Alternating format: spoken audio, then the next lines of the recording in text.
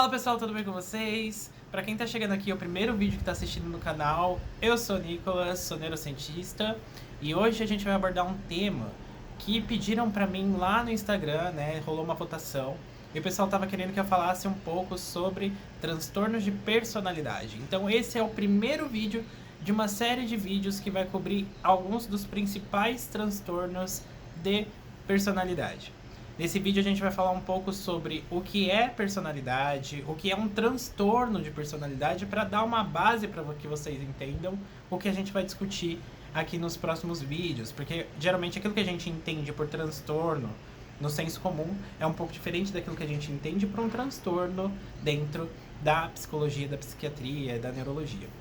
Enfim, dito isso, eu gostaria que vocês, primeiro, me seguissem lá no Instagram, vai ficar aqui na descrição o link para que vocês possam acompanhar meu trabalho por lá também, que tem muito conteúdo que é produzido exclusivamente para aquela plataforma. E também quero que vocês deixem no comentário se vocês gostaram do formato do vídeo que eu vou trazer para vocês. Algumas pessoas pediram uma abordagem um pouco mais visual para os vídeos e eu vou testar um formato aqui com vocês. Deixem eu saber se vocês curtiram, tá? Sem mais demoras, vamos lá pro vídeo.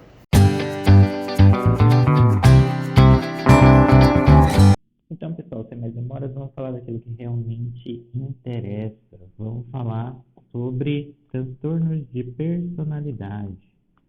E um primeiro ponto que eu quero abordar com vocês aqui é sobre o que caracteriza algo como um transtorno, né? Um comportamento como um tipo de transtorno. Em primeiro lugar, a gente precisa ressaltar que transtornos geralmente são expressões exageradas ou extremas de determinados traços de personalidade. Então, antes de mais nada, eu acho que vale a pena a gente falar um pouco sobre o que se entende na ciência por personalidade. Então, quando a gente está falando de personalidade, a gente tem um modelo que é o gold standard, assim, é aquele que a gente mais considera hoje como característico e descritivo das principais dimensões de personalidade, que ficou conhecido como modelo Big Five. Big Five. E sobre o que é, né, esse modelo do Big Five? Ele diria que a gente tem 5 dimensões básicas aqui para medir ou enquadrar a personalidade de um indivíduo. Note que existem várias nuances naquilo que a gente chama de personalidade. Então, sempre que a gente classifica a personalidade de um indivíduo, a gente vai perder um pouco de informação, um pouco de detalhes. Mas, no geral, essa tem sido uma descrição bem aceita dentro da comunidade científica, né, de como que a gente pode fazer para mapear as personalidades das mais diferentes pessoas. O primeiro traço desse modelo do Big Five é o traço da extroversão. Então, aqui a gente está falando de quão introvertido ou extrovertido é um indivíduo, tá? Note que isso é um contínuo, né? A gente pode imaginar o que vai desde muito pouco extrovertido até bastante extrovertido, né? Aqui a gente teria extroversão e aqui a gente teria introversão, ok? Todas essas dimensões a gente pode pensar no contínuo, que vai desde muito pouco até demais, extrovertido. Nesse caso, e a gente também tem a segunda dimensão aqui, como se fosse a amabilidade.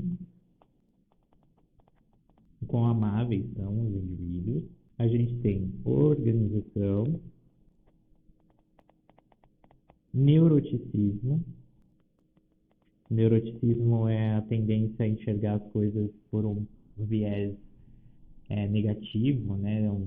Uma espécie de pessimismo, achar que as coisas vão dar errado. Né? O indivíduo muito neurótico, entre aspas, é aquele que pensa tudo num viés negativo. E a gente teria também o traço de abertura às experiências, né? O open. Então, quando a gente estiver falando, né, de transtorno de personalidade, a gente vai estar olhando para essas dimensões de personalidade e vai encontrar alguns traços extremos, né? Por exemplo, o extremo do neuroticismo faz com que a pessoa seja extremamente desconfiada e acha que as suas relações com as outras pessoas vão sempre trazer algum tipo de experiência negativa, né? Que não vale a pena ser investida, que não vale a pena ser investida e, portanto, vai tornar esses indivíduos mais reclusos, né? Vai trazer uma dificuldade para eles nos seus relacionamentos sociais.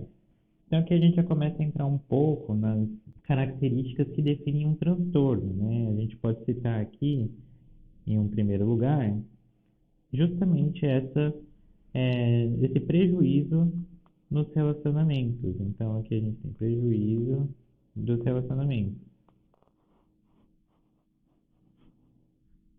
Outra característica importante para a gente classificar, né, uma personalidade como um transtorno, né, um desvio da norma, é se a personalidade do indivíduo traz sofrimento a ele ou a pessoas que convivem com esse indivíduo. Um traço interessante, né, uma característica geral aqui, mais dos transtornos de personalidade, é que nem todo, necessariamente, transtorno de personalidade incorre com o sofrimento do próprio indivíduo, né? A gente tem, por exemplo, os casos de transtornos de personalidade antissocial, onde o indivíduo não demonstra remorso ou estar mal por ser como é, né? Por apresentar essa personalidade. Então, nem sempre é o caso de que, se tratando de transtornos de personalidade, que isso vai trazer um sofrimento para o próprio indivíduo. Mas isso traz alguns prejuízos também, ou impedem que esse indivíduo realize tarefas do cotidiano. Então, as tarefas cotidianas também ficam prejudicadas. Além disso, para que seja considerado um transtorno de personalidade, a gente também deve observar um traço de impotência, né? Uma sensação de impotência em mudar a própria realidade pelo próprio indivíduo. E lembrando, né, que tudo isso daqui é muito importante que aconteça com uma intensidade e uma frequência extremas. Os indivíduos, né, eles variam no espectro de onde eles se encontram em cada um desses traços de personalidade, que nem a gente mencionou aqui, falando do modelo Big Five. Então, pode ser que a Ana, por exemplo, ela seja bastante extrovertida. Então, aqui está a Ana. Enquanto o Marcos, ele vai ser bastante introvertido.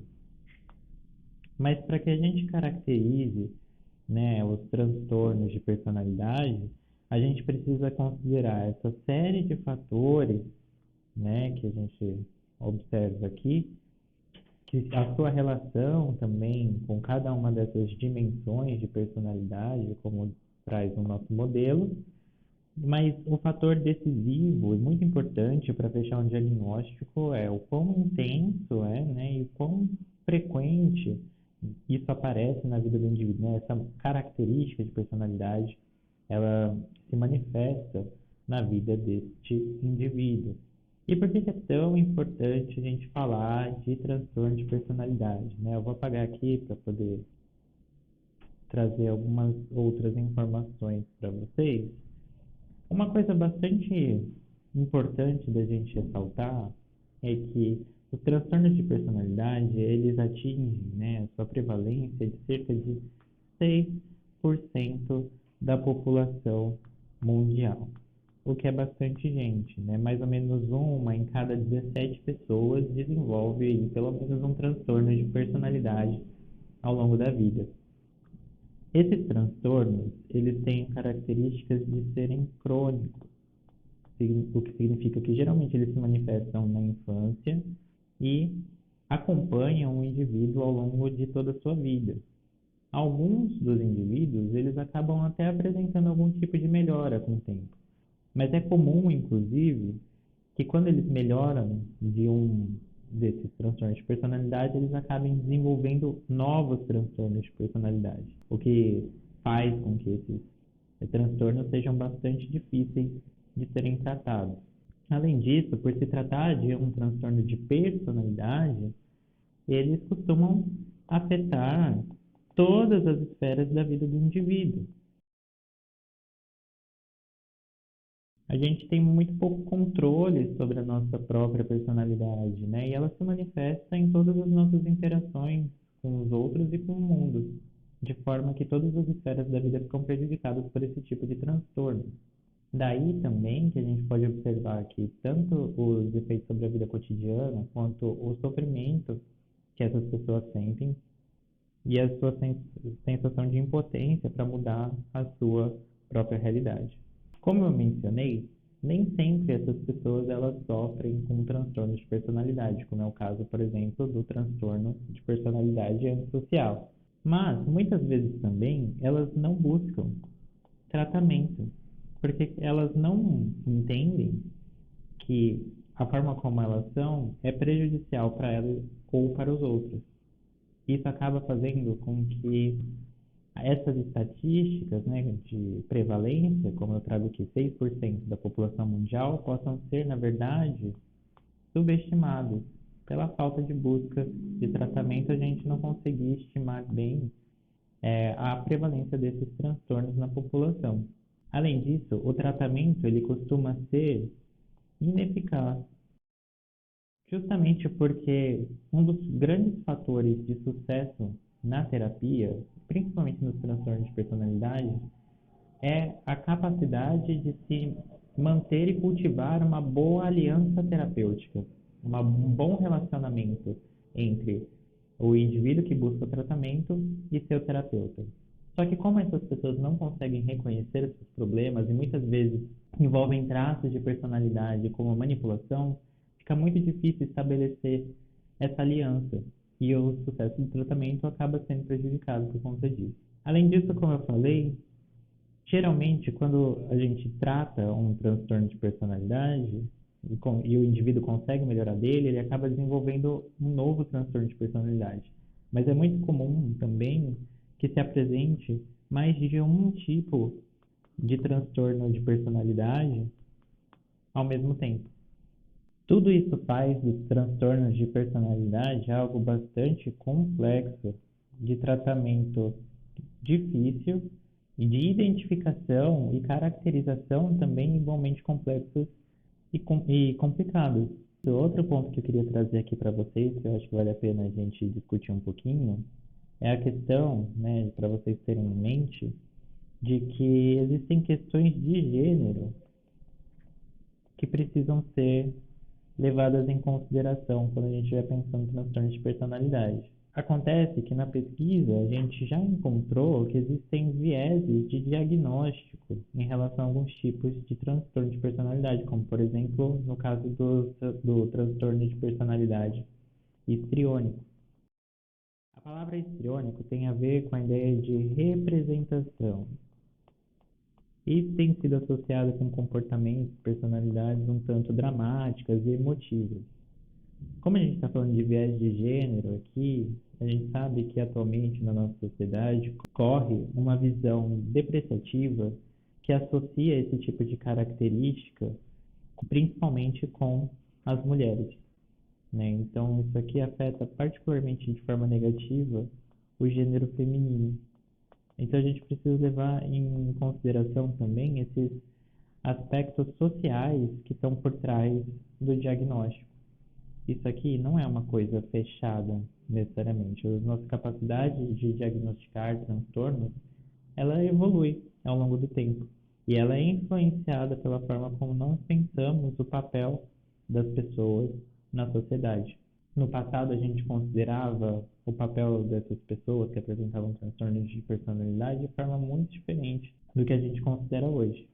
Mas isso é um tema para um outro vídeo, não para agora. Eu só quero alertar nesse momento que existem questões de gênero que precisam ser tratadas aqui.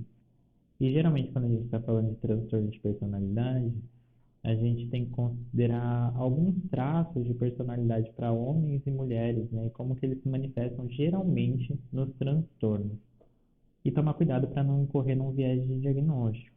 Mas se a gente for parar para pensar nos homens, que a gente teria aqui são alguns traços como agressividade, comportamento bastante planejado e estruturado. Homens geralmente agem de forma autoassertiva nesses casos e também apresentam uma forma de se comportar um tanto distante das outras pessoas, tendem a se distanciar dos outros.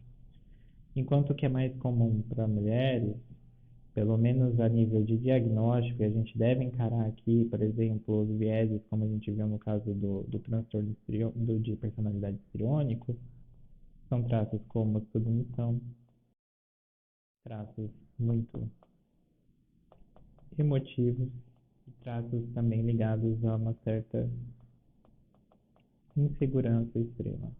Lembrando, né, que se tratando de transtorno de personalidade, características como essas que eu levantei aqui para vocês, elas devem ser levadas a um caráter extremo. Isso aqui é fundamental. Então, a gente falou um pouco sobre o que caracteriza os transtornos, falamos também sobre as características gerais de um transtorno de personalidade, falamos sobre o que a gente entende por personalidade nesse vídeo. Eu queria aproveitar agora para a gente falar um pouco sobre os temas que vão surgir nos nossos próximos vídeos dessa série de transtornos de personalidade. A gente tem como dividir esses transtornos em 3 tipos principais. A gente tem os do tipo A, os do tipo B e os do tipo C.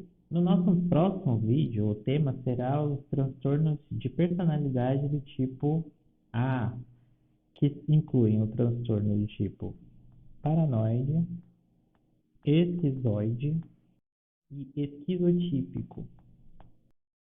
Que apesar do nome esquizo aqui, não se deve confundir com a esquizofrenia. A gente vai entender quais as diferenças também desses transtornos de personalidade para a esquizofrenia. O que eles têm em comum é a tendência de os indivíduos mostrarem uma personalidade um tanto excêntrica, ou que poderia ser considerada para muitas pessoas, né, como se fossem indivíduos esquisitos. Ok? Mas isso a gente vai entender um pouco melhor no nosso próximo vídeo. A gente também tem os transtornos de personalidade do tipo B, que tem a ver com transtornos de personalidade que fazem com que as pessoas pareçam um pouco dramáticas e exageradamente emotivas. E a gente também tem os do tipo C, que tem a ver com a ideia de uma personalidade um tanto ansiosa e cheia de medos.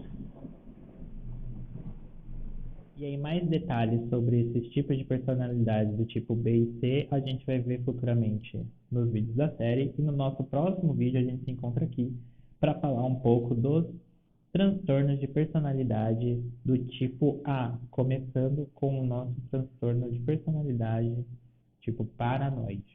Eu espero que vocês tenham gostado desse vídeo, que ele tenha sido muito útil para vocês. Se você gostou desse vídeo, deixe aqui o seu like, se inscreva no canal e deixe seu comentário aqui também para eu saber o que você acha dessa abordagem nova para os vídeos, né, onde eu pego e vou escrevendo, né, criando esse mapa mental junto com vocês para organizar o pensamento.